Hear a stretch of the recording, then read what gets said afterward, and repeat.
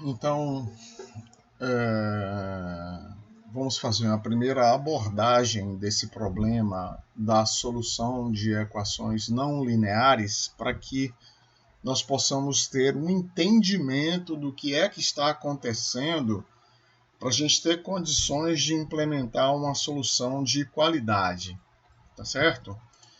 Então, o que acontece? Vamos ver primeiro o caso de um sistema de equações, de duas equações com duas incógnitas. Então, aqui, duas equações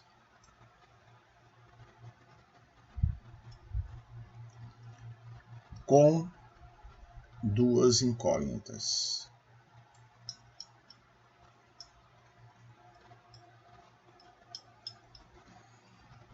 Muito bem. Então, eu tenho aqui um sistema f de xy igual a zero e outro sistema g de xy e outra equação com duas incógnitas, g de xy igual a zero.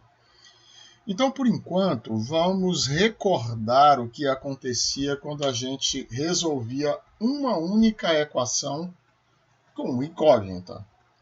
Nós estávamos resolvendo uma equação transcendental com uma incógnita. Então, o caso de uma equação com uma incógnita.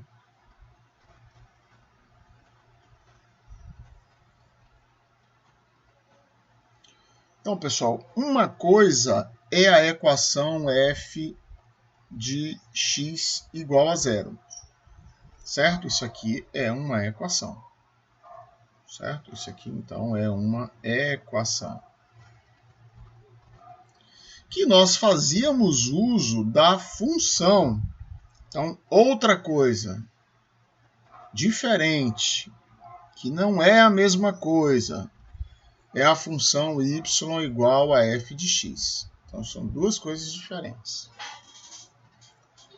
Só que, para resolver esta equação, não esqueça que a equação que eu estou resolvendo, que eu estava resolvendo lá, era f de x igual a zero, eu fazia uso desta função. Tá certo? Então, eu estava procurando o zero desta função, que é a mesma coisa que procurar a raiz dessa equação. Tá certo? Então, essa equação possui um gráfico. Essa função possui um gráfico. Quando esse gráfico intercepta o eixo do x, eu tenho essa raiz. Certo? Então, essa equação aqui possui raiz. Certo? Que é igual ao zero dessa função.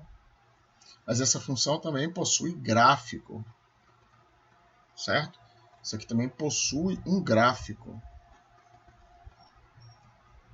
Então, o gráfico dessa função é formado pelo conjunto de pares x e y, que dão um lugar geométrico dessa função. Tá certo? Muito bem. Então, agora vamos analisar primeiro a equação. Então, uma equação primeiro, depois vamos acrescentar a outra. Uma equação com duas incógnitas. Certo? Então, vamos ver primeiro f de xy igual a zero. Isso aqui, então, é uma equação. Certo? Isso aqui é uma equação. Desculpa, uma função, perdão. Sim, uma equação. Aqui é uma equação, tá certo? Mas eu também tenho uma função z igual a f de xy. Então, eu tenho aqui a função z igual a f de xy. Agora eu tenho uma função. Certo? Então, observe que para que eu passe da função para a equação, basta que eu faça z igual a zero.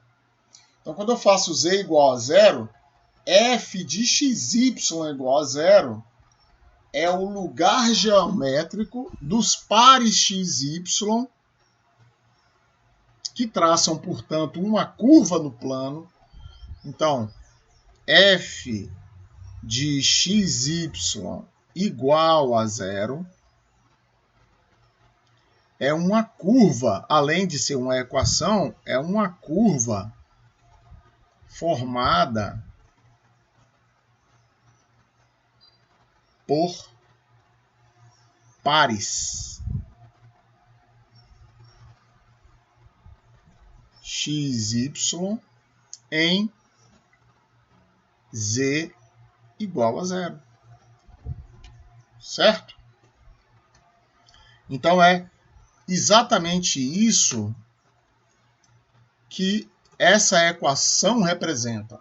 Eu posso representar essa curva. Então, digamos que fosse alguma coisa assim, ó. Tanto que não sei se vocês recordam do cálculo 1, que quando a gente tinha uma função dada sob a forma implícita, f de xy igual a zero, é uma função y igual a f de x dada sob a forma implícita. Ou seja, isso aqui é uma função de uma única variável. Então, f de xy igual a zero pode ser uma função assim, ó. Certo? Então, isso aqui pode ser f de xy igual a zero. Aqui eu tenho x, aqui eu tenho y. Então, esse plano xy, esse plano aqui, que é o plano xy, nada mais é do que o plano z igual a zero. Certo? Então, a mesma coisa vai acontecer com a função g de xy. Então, digamos que g de xy esteja aqui assim, ó. Então, aqui seria g de xy. Portanto, a minha solução está aqui, x da solução, y da solução. Tá certo? Então, é exatamente isso aqui que está acontecendo. É isto que nós vamos resolver. Então, vamos aprender na aula 8b como é que a gente isola uma solução inicial, uma aproximação inicial, para depois a gente refinar da mesma forma como a gente fez com a função de uma, aliás, com a equação transcendental de uma única variável. Tá certo?